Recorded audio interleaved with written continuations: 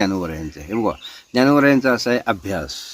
काय अभ्यासाचे निबळे एका गती अंतराळे व्याघ्र सर्प प्रांजळे केले की व्याघाला आणि सर्पाला प्रांजळ केलं, नम्र केलं. अभ्यास चित्तशुद्धीचा अभ्यास. आणि इकडे तुकोबराय सुद्धा म्हणतात की चित्त शुद्ध तरी शत्रू मित्र होते, व्याघ्र खाती सर्प आहे. त्याच ओळीतला इकडा आशय म्हणजे चित्तशुद्धी जर असेल तर ह्या गोष्टी सहज होतात. वागून नम्रपणे बसतील, साप तुमच्या अंगा खांद्यावर खेळतील, स्वाभाविक आहे. म्हणजे ती काय म्हणजे सिद्धी म्हणता येणार नाही, पण अभ्यासानं ती श्रेष्ठ स्थिती झालेली आहे. नम्र तर प्रभाव पडतो ना त्या ह्याचा अंतःकरणाचा. कारण अंतःकरणात कुठल्या प्रकारचा आपलं हे नाही. प्राणी का घाबरतो एकमेकाला? कारण एकमेकाचं प्रत्येकाचं चित्त असू एकेकाला असुरक्षित वाटतं प्रत्येकाला एकमेकापासून.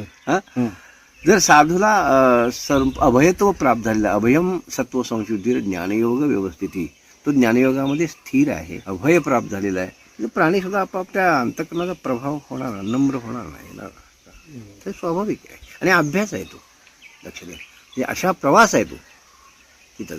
याचा अर्थ ते जाणीवपूर्वक केलं अशातलं म्हणता येणार नाही. म्हणून सगळं अभ्यास आहे, चित्ताचा अभ्यास. या साधनेतला प्रवास म्हणजे चित्ताचा अभ्यास. तुकोबारे म्हणतात चित्ताचे असून तुका करीतो कीर्तन. अधिष्ठान काय? चित्तच आहे. बरोबर. परमार्थाचं अधिष्ठान काय? चित्तच आहे. चित्त नसेल तर आणि चित्त ते चैतन्य. तया चिंतिता चित्त चैतन्य झाले, त्याचं चिंतन करा, चित्त चैतन्य होऊन जाईल.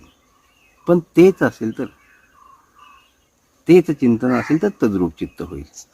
म्हणून लक्षात घ्या, कितीतरी अशी वचनं आहेत. सगळं हा आठवण स्मरण हे सगळं चित्ताचंच आहे ना.